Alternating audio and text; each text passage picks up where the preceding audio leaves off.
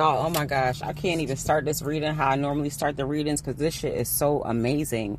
First of all, 1, 2, 3 on the clock. Shout out to everybody that is tuned in. I am Oracle Whooooaaa. You are listening to this month's new moon solar eclipse messages. Today, February 17th, is the year of the fire horse as well. And I'm going to do a separate reading after I finish getting these messages out, y'all. Oh my God, I can hardly contain myself. So if you're new here and you hear me call out a number, I want you to look that number up on a website called Joanne's Sacred Scribe. That number pertains to either something I was saying, something you were thinking, doing, or speaking, or something taking place in your environment. And readings are to give us a general idea about what we can expect. If we change what we're doing, we will change the outcome of our realities. Also, these are general messages.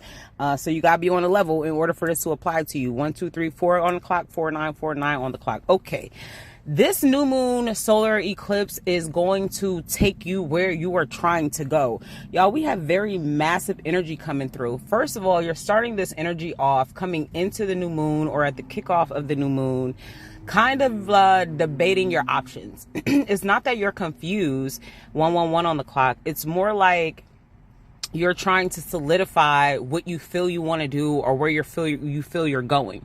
Whatever it is that you are seeking to take action on, you're going to find rapid success. And it's going to take you out of anything that has had you like trapped in your mind, overthinking, worrying, confused, like any type of lower frequency thoughts that you've had about your path forward or the next steps to take are going to fade away as you actively start getting the work done. You need to be leaning a lot more on your faith and your knowing, especially if you're attempting something and you've hit like trial and error, or things are like moving slower than you expected, 1s and 5s on the clock. Let the changes calibrate. You got to give things time to start to materialize once they take place in the ethers. So when things are transforming 202 on the clock within our energy fields, it takes a minute for that to actually show up. It's like going to a restaurant and you place your order. And then the waiter comes over to bring your drinks and then you change your order. And then the waiter comes back to bring you the appetizer that you ordered and then you change your order again. Like, how many times could you do that? You feel what I'm saying? Before you're not getting anything in a orderly fashion. And so a lot of the time that we've spent in the past couple years has been a lot of that because we were going through a phase of like, integrating into our new selves and going into the new timeline. So we might have wanted things or attempted things in a manner that resonated with the old timeline, and then we come into the new one and then we go back into the old one and we come into the new one. February 252 on the clock is going to push you into the new. You guys have that being highlighted here with the Empress. The Empress is on one level, the Empress card can talk about like actually becoming pregnant or giving birth to something, right? But more likely than not, the Empress energy is about creating something and giving birth to an idea, a concept, something that you are creating. And so you're going to see that is going to happen for you very rapidly, and it's going to take you into a whole new level. Like, we've been talking about this integration of this timeline for some time now. This is the time, 333 on the clock, where you're going to feel more in the new. Some of the stuff from the old timeline you might even start to forget. Like, that's just going to become so irrelevant. So as you start the new moon, you may be still trying to like pinpoint certain things. There might be little things that you're like readjusting with whatever it is you're creating. You might be tweaking this and tweaking that, but ultimately you're going to be propelled into the success that you want very rapidly. So it's going to be like slow motion, then boom, everything just takes off. We are in an eclipse season as well, so that kind of adds to the power of what is happening. We're going to get into the year of the fire horse reading in the next reading, and that's going to give us an idea about how long term some of the things that are taking place will be, and like, will it be a long time to come or will it be long lasting when it get here? A lot of what's coming up in this reading though looks like long-lasting changes, and I say that because you have the wheel, and then I clarified the wheel, 4s and 3s on the clock, and that clarification brought about the world, the wheel of fortune. We find ourselves at different points on the wheel of fortune, 444 on the clock. Everything in life is cyclical, and so as we're going on this wheel, if you are in a great state and the wheel came, it would be like, hey, prepare yourself because the wheel is about to loop you down into some lessons you need to learn.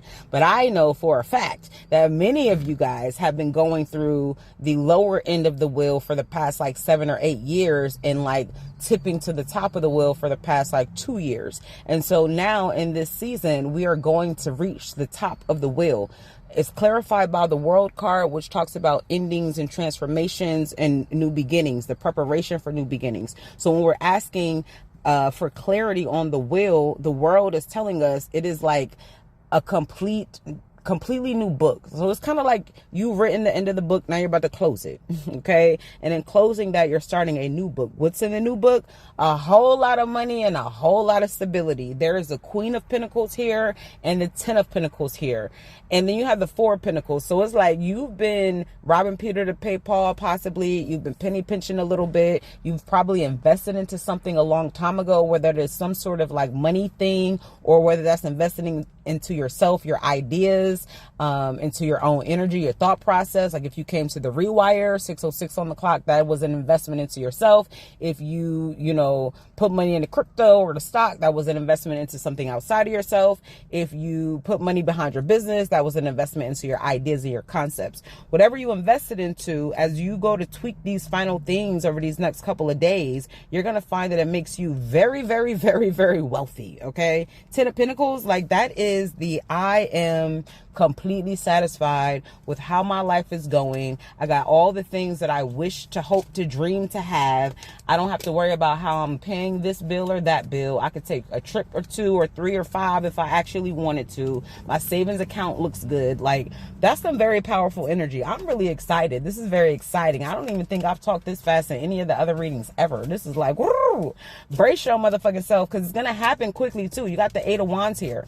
So as this happens, it is so important that you remember what got you here, okay? A lot of you guys listening got it out the mud, as they say. You feel what I'm saying? Like you started from the bottom, you've put the work in, and you've really done this shit by yourself, okay? Like, let's be for real. However, you've had a sense to tap into something greater than you. So you're not really doing it by yourself, right? And remembering that all thanks and praise due to the Most High, remembering that gratitude is your best friend, are the things that's going to get you to maintain what's coming in.